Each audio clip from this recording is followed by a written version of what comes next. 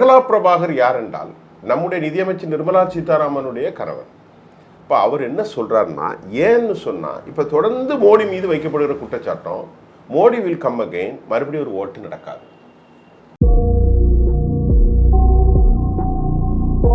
RSS என்ன சொல்லுகிறது, BJP என்ன சொல்றதுன்னா, நாங்கள் இந்த தேசத்தை ஹிந்து தேசமா மாத்திடுவோம். RSS பிதாமகனா இருக்கக்கூடிய கோல்வார்க்கு பஞ்சாப் தாட்ஸ் எழுதுறாரு, இந்தியாவில் முஸ்லீம்கள் வாழலாம், இந்தியாவில் கிறிஸ்தவர்கள் வாழலாம், ஆனால் அவர்கள் இரண்டாம் தர குடிமக்கள்.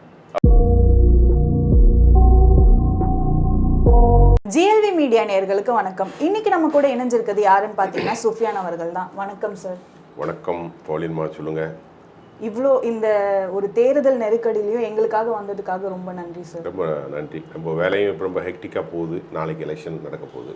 இந்த நேரத்தில் நம்ம மீடியாவுக்காக கரெக்டான செய்தியை கொடுக்கணும். சொல்லுங்கள்.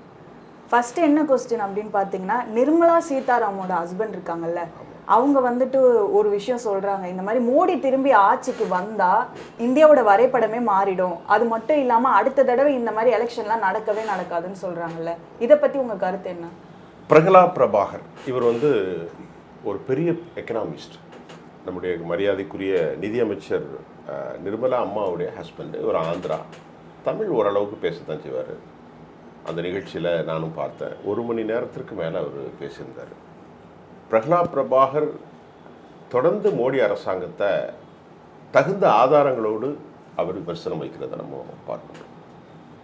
பிரகலாத் பிரபாகர் மட்டுமல்ல, இந்த நாட்டில் இருக்கக்கூடிய ரகுராம் ராஜன் போன்றவர்களும் ஏனைய முக்கியமான ஆளுமைகளும் திரைத்துறை சார்ந்தவர்களும் கூட நரேந்திர மோடி அரசாங்கத்தை மிக கடுமையாக எதிர்க்கிறார்கள். அதற்கான காரணமும் உண்டு. இந்த நாட்டில் வெற்றி பெறுவது யாராக இருக்கலாம், தோல்வி பெறுவது யாராக இருக்கலாம். இன்றைக்கு நீங்கள் தோல்வி அடையலாம், நாளைக்கு வெற்றி பெறலாம். இது அரசியலமைப்பில் ஒரு பார்ட். எலக்ட்ரல் சிஸ்டத்தில் வெற்றி தோல்வி நிர்ணயம் அல்ல. ஆனால் என்ன பிரச்சனை என்று கேட்டால், இந்தியா என்கின்ற தேசம் 140 கோடி மக்களை கொண்டது. அதில் ஹிந்துக்கள் 80% இருக்கிறார்கள். இந்துக்கள் என்றால் இந்துக்கள் என்று யாரும் இல்லை, பல மதங்களை சார்ந்த கோர்வைகள்.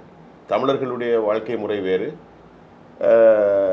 வட இந்திய மக்களின் வாழ்க்கை முறை வேறு, தமிழர்களுடைய வழிபாட்டு முறை வேறு, வட இந்தியர்களின் வாழ்க்கை வேறு, வடகிழக்கு மாநிலங்கள் வேறு. ஆக இவர்களை அனைவரும் வெள்ளைக்காரர்கள் இந்துக்கள் என்று பெயர் வைத்துக் கொண்டார்கள். அது நிர்வாகத்திற்காக அவர்கள் வைத்துக் கொண்டார்கள். அதை பயன்படுத்தி பாரதிய ஜனதா RSS குழுக்கள் மிகப்பெரிய அளவில் மக்களை இன்ஸ்டிகேட் பண்ணுறாங்க, தூண்டுகிறார்கள், புரோவோக் பண்ணுகிறார்கள். இதுதான் பிஜேபிக்கு எதிராக வைக்கப்படுகிற குற்றச்சாட்டு. பிரகலாத் பிரபாகர் யார் என்றால் நம்முடைய நிதியமைச்சர் நிர்மலா சீதாராமனுடைய கணவர். இப்போ அவர் என்ன சொல்றாருன்னா, ஏன்னு சொன்னால் இப்போ தொடர்ந்து மோடி மீது வைக்கப்படுகிற குற்றச்சாட்டம் மோடி வில் கம் அகைன், மறுபடியும் ஒரு ஓட்டு நடக்காது. இந்தியாவினுடைய அரசியலமைப்பு சட்டம் முழுமையாக மாற்றப்பட்டுவிடும். அரசியலமைப்பு சட்டத்தில் 14வது பிரிவு 15, 24 என்ன சொல்லுதுன்னா, தோஸ் ஹூ ஃபாலோ, அவங்க யார் தங்களுடைய மதத்தை விரும்புகிறார்களோ அவர்கள் விரும்பிய வகையில் அவர்களுக்கு have a right to profess and propagate what I feel, what I like, what I worship. நான் விரும்புவதை, நான் பின்பற்றுவதை, நான் நம்புவதை செய்யலாம். Accordingly constitution. இதுதான் இந்தியாவுடைய அரசியலமைப்பு. This is so called pluralistic nation, பன்முகத்தன்மை கொண்டது. RSS என்ன சொல்லுகிறது, பிஜேபி என்ன சொல்றதுன்னா, நாங்கள் இந்த தேசத்தை ஹிந்து தேசமாக மாற்றிடுவோம். RSS பிதாமகனா இருக்கக்கூடிய கோல்வார்க்கு பஞ்சாப் தாட்ஸ் எழுதுறாரு, இந்தியாவில் முஸ்லீம்கள் வாழலாம், இந்தியாவில் கிறிஸ்தவர்கள் வாழலாம், ஆனால் அவர்கள் இரண்டாம் தர குடிமக்கள், அவர்களுக்கு வாக்குரிமை இல்லை. இதுதான் அவர்களுடைய சித்தாந்தம். ஆகவே தான் பிரகலாத் பிரபாகர் போன்றவர்கள் என்ன சொல்றாங்கன்னு சொன்னால், இந்தியா மறுபடி பிஜேபி வந்தால் ஒட்டுமொத்தமாக இந்த கான்ஸ்டிடியூஷன் அரசியல் அமைப்புக்கு ஆபத்து இருக்குங்கிறாங்க. It's not only stated that the only person, but also so many peoples claim like this. இதே போன்று பலரும் சொல்லிக் கொண்டிருக்கிறார்கள். மறுபடி வந்தால், அதனால தான் அவங்க அந்த பெர்செப்ஷனை ஏற்படுத்துகிறாங்களோ, 400க்கு மேலே வந்தால், அதாவது 1/2 பங்கு வந்துட்டோன்னா, 543ல் 410 வந்துருச்சுன்னா அரசியலமைப்பு சட்டத்தை மாற்றுவதற்கு முழு அதிகாரம் அவர்களுக்கு கிடைத்திடும். அப்படி முழு அதிகாரம் பெற்றுவிட்டால் இந்தியா என்கின்ற இந்த ப்ளூரிஸ்டிக் பன்முகத்தன்மை கொண்ட ஒரு தேசம் மறுபடி ஹிந்து நாடாக மாறிவிடுமோ என்று அஞ்சுகிறார்கள். ஹிந்து நாடு என்றால் ஹிந்து நாடு அல்ல. திராவிடர்கள் வணங்குவதை போன்று மாயாண்டி என்னது சொல்ல மாட்டேன் சுடலையெல்லாம் வணங்க முடியாது. அது சனாதன மார்க்கம், அது வர்ண மார்க்கம், அது மனுவின் மார்க்கம். அப்படி ஆகிவிட்டால் சாதி கட்டமைப்பு உருவாயிரும், பிராமண அமைப்புகள் எல்லாம் மேலாயிருவாங்க. அச்சப்படுவதை தான் பிரகலாத் பிரபாகர் சொல்கின்றார். எல்லாரும் சொல்கிறாங்க மறுபடி வந்தால் இட் இஸ் ரொம்ப மோசமான நிலை உருவாகின்றது. அதைத்தான் மேசக்கருங்கிறாங்க. மறுபடியும் ஒரு படுகொலை வந்துடும், பல இடங்களில் கலவரங்கள் வந்துடும். மோடி வந்தாச்சுன்னா வளர்ச்சியின் நாயகன் வேறு, சப்கா சாத் சப்கா விகாஸ் சப்கா விஸ்வாஸுங்கிறாரு. பட் என்ன நடந்துச்சு 2014 24 வரைக்கும்? வெறுப்பரசியல் நடத்துது, டிஸ்லைக்ஸ் டு பி அப்பியர், வெறுப்பு அருவறுப்பு தூண்டி விடுறது, மாட்டுக்கறி திங்கிறான்னு அடிக்கிறது, தலையில் ஹிஜாப் போட்டான்னு அடிக்கிறது, மசூதிக்கும் சர்ச்சுக்கு மேலே போய் காவி கொடியை ஏற்றுறது, அன்னைக்கு ஹரியானாவில் ராமநவமியில் பிரச்சனை பண்ணுறது, நேற்று ராமநவமி. ராமர் ஒரு அருமையான ஒரு ஐடென்டி, இந்தியாவோட ஐடென்டி. அவரோட படத்தை பாருங்கள், ரொம்ப அமைதியான ஒரு மனுஷனாக இருப்பார், வன்முறை தூண்ட மாட்டாங்க. ஆனால் இவங்க ராமரை வச்சு அரசியல் பண்ணுறாங்க.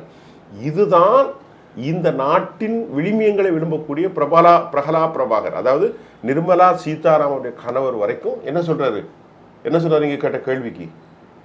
இந்தியா மாறிவிடும், இனி வாக்கு நடக்காது. ஏன்னா அவங்களுடைய மேனிஃபெஸ்டேஷன் என்ன வெளிப்படுத்துறாங்கன்னா, இந்தியாவை உருமாற்ற வேண்டும், இந்தியாவை இந்து ராஷ்டிரமாக மாற்ற வேண்டும்.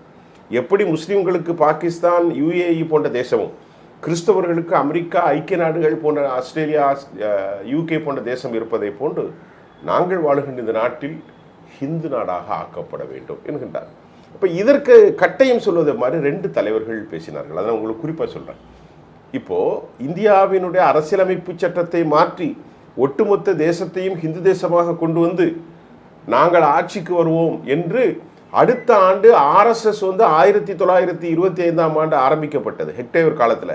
இப்போ அடுத்த ஆண்டு 100 ஆண்டு வழங்கும்போது ஒரு பிரகடனம் வந்துவிடுமோன்னு எல்லாரும் அச்சப்பட்ட நேரத்தில் இதை உறுதிப்படுத்துகிற மாதிரி பிஜேபியினுடைய முக்கியமான தலைவர் அனந்த ஹெகடே கர்நாடகாலன்னு சொல்கிறாரு, 400 வந்தால் நாங்கள் மாற்றிவிடுவோம். அப்போ அது கன்ஃபார்ம் பண்ணுதா இல்லையா?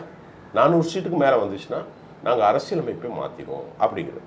அதே போன்று வட இந்தியாவினுடைய பிஜேபியினுடைய கேண்டிடேட்டாக இருக்கக்கூடிய அருண் கோவில் என்ன சொல்கிறாருன்னா, நிச்சயமாக அரசியலமைப்பை மாற்ற வேண்டிய ஒரு காலகட்டம் வந்துவிட்டது என்று அவர்கள் ஒத்துக்கிறார். அப்போ அவர்களுடைய நீண்டகால திட்டமும் அவர்கள் உள்ளார்ந்த எண்ணமும் இந்திய அரசியலமைப்பு சட்டத்தை மாற்றி இது ஒரு மதவாத தேசமாக மாற்றிவிட வேண்டும். இதைத்தான் பிரகலா பிரபாகர் சொல்கிறார் பெரும் ஆபத்து, இதைத்தான் ராகுல் காந்தி சொல்கிறார் பெரிய ஆபத்து. இந்தியாவுடைய புளூரிஸ்டிக் ஐடென்டிட்டி, தமிழர்களுடைய பண்பாடு, திராவிடர்கள் பண்பாடு, ஒரிய மக்களின் பண்பாடு, காஷ்மீரிகளுடைய பண்பாடு, பஞ்சாபிகளுடைய பண்பாடு இல்லையா, தமிழர்களுடைய பண்பாடு, கிறிஸ்தவ முஸ்லீம் தலித்துகளுடைய பண்பாடு, தலித் கலை இலக்கியம் எல்லாம் இருக்க வேண்டும். This is a so called pluralistic identity.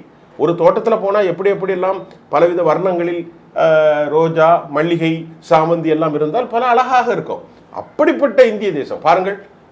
நம்ம ஊர்லேயே பாருங்க, சென்னையில் ஒரு ஃபுட்டு, பக்கத்தில் கும்மிடிப்பூண்டி தாண்டி போட்டால் காரமான ஒரு ஃபுட்டு, இந்த பக்கம் திருவனந்தபுரம் தாண்டி பாடசாலை போனால் சோறு இவ்வளோ பெருசாயிரும், அப்புறம் ஒரிசாவுக்கு போனால் ஒரு மாதிரி இருக்கும், மகாராஷ்டிரா போனால் அது ஒரு அழகாக இருக்கும். இப்படிப்பட்ட ஒரு அழகு தேசம் மாறிவிடக்கூடாது. ஒரு பிஜேபி பற்றி யாருக்கும் ஒன்றுமில்லை. ஆட்சிக்கு பிஜேபி வரலாம், ஆட்சிக்கு காங்கிரஸ் வரலாம், யார் வந்தாலும் வரலாம், அது நமக்கு ரைட் இருக்குது. We have a right to contest election and get a power, அது வாட் எவர் மேபி, அது ப்ராப்ளம் இல்லை. பிரச்சனை என்னவென்றால் கொள்கை ரீதியாக எப்படி பாகிஸ்தான் முஸ்லீம் லீக் வைத்து ஆப்கானிஸ்தான் எல்லாம் வன்முறைகள் மதவாதத்தில் வந்ததோ அப்படிப்பட்ட தேசமாக இந்த நாடு மாறிவிடக்கூடாது என்பதுதான் நிர்மலா சீதாராமனுடைய கணவர் பிரகலா பிரபாகர் சொல்லியிருக்கிறார். அவர் நிறைய பேசியிருக்கிறார். நீங்கள் கேட்ட கேள்விக்கு இது ரொம்ப முக்கியமான பதில். இதுதான் அவருடைய கவலைக்கான காரணம்.